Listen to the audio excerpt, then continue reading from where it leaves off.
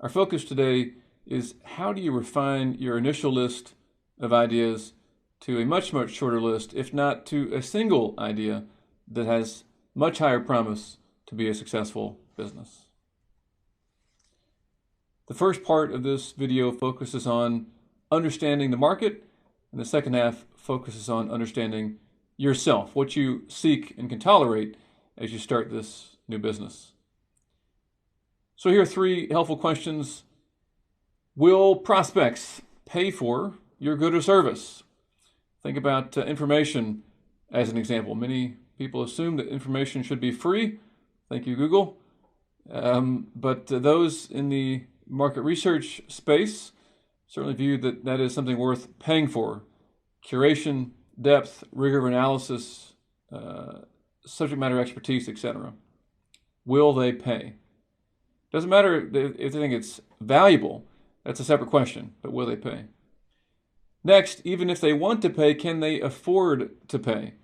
So think about the kind of individual, the demographic, and or the kind of business and their margins, their profitability. Can they afford to pay the price that you're asking?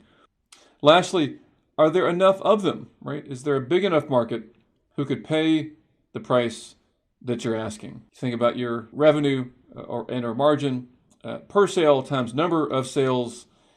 Of course, that's the rough way to get you to your revenue on a regular basis. Three important variables. Do you have a competitive advantage? You hear this phrase a lot, and although it'd be nice if it were permanent, it's not permanent. Think about our entrepreneurship video early on in the first module, kind of disrupt or be disrupted. In this case, in the US, Blockbuster learned this the hard way.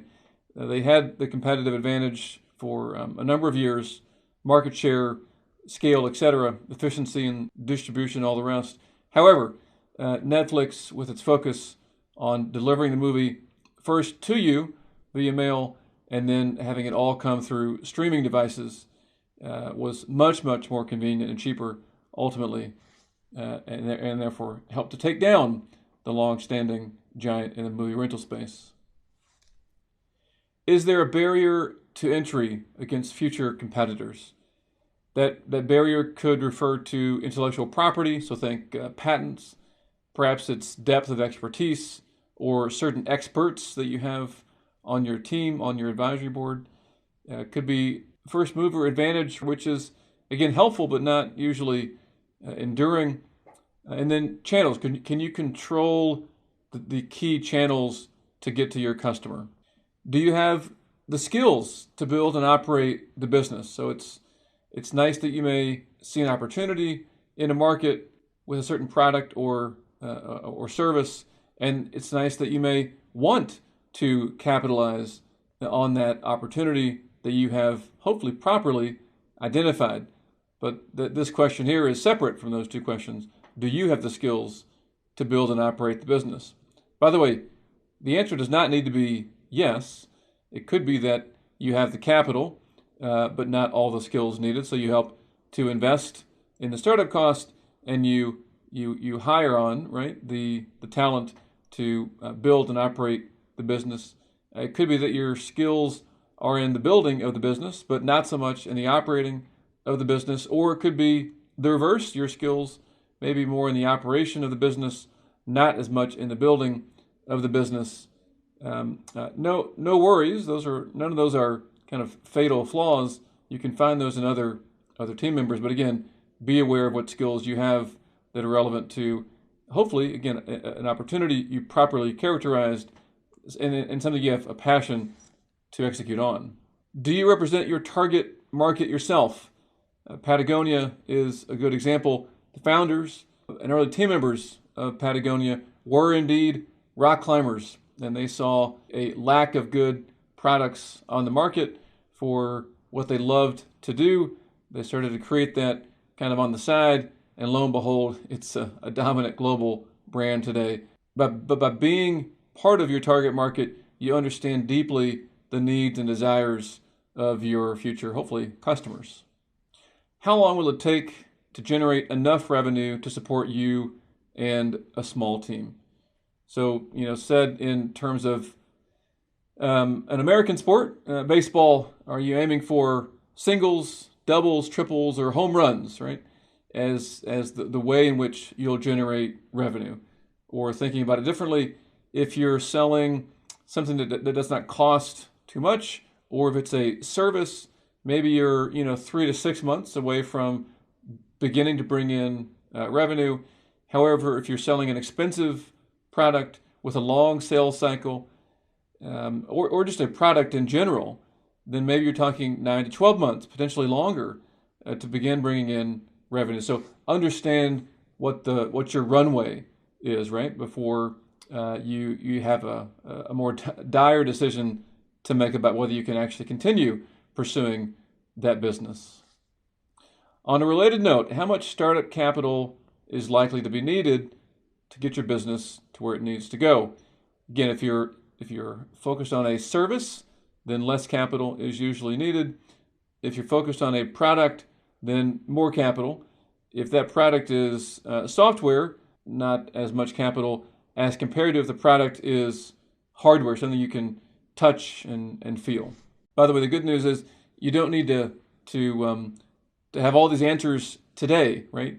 You can flesh these out as you refine your business idea by talking to your coach, your business coach, or mentors, an advisory board if you've created one, past professors, past employers, bosses, local investors, family, friends, etc. There are many important perspectives, often really eager to help you. So if this kind of question and answer doesn't come natural, don't worry. You can find it. Just start asking the right person the question.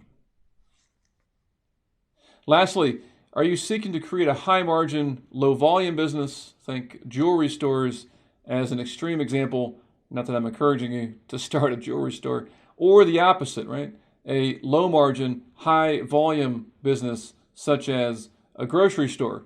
Again, these are just illustrations, not frequent examples, but in that decision point is an influence or a determinant on what your sales process, sales cycle looks like, what your team would look like, both internal as well as affiliates, perhaps externally, to help you sell your good or service. Again, understanding your business. Key conclusions. Number one, all business models are not the same. Choose a product or service that matches your timeline, risk tolerance, available capital, and ultimate goals. Number two, it's essential to study what support system you will need to succeed before you begin. Startup capital, marketing partners, technical skills, and more. Number three, you need to understand the market and understand yourself. You only have control over the latter, much less control over the market. So again, understanding both of those to understand your tolerance and abilities to succeed in the business you're envisioning. Finally, questions for you. Again, get the pen and paper out, pause the video, and write answers down to these questions. What is or what will be your competitive advantage? What makes it hard for others to copy you and compete for your customers? Number two, are you seeking to sell a high profit product or service to a large number of customers, or the opposite, and why is that? Number three, do you plan to raise capital from family and friends, high net worth angel investors, venture capital investors, or corporate partners, and why? As you may guess, the amount of money and difficulty of raising money increases as you move up in that series of options. With that, we'll see you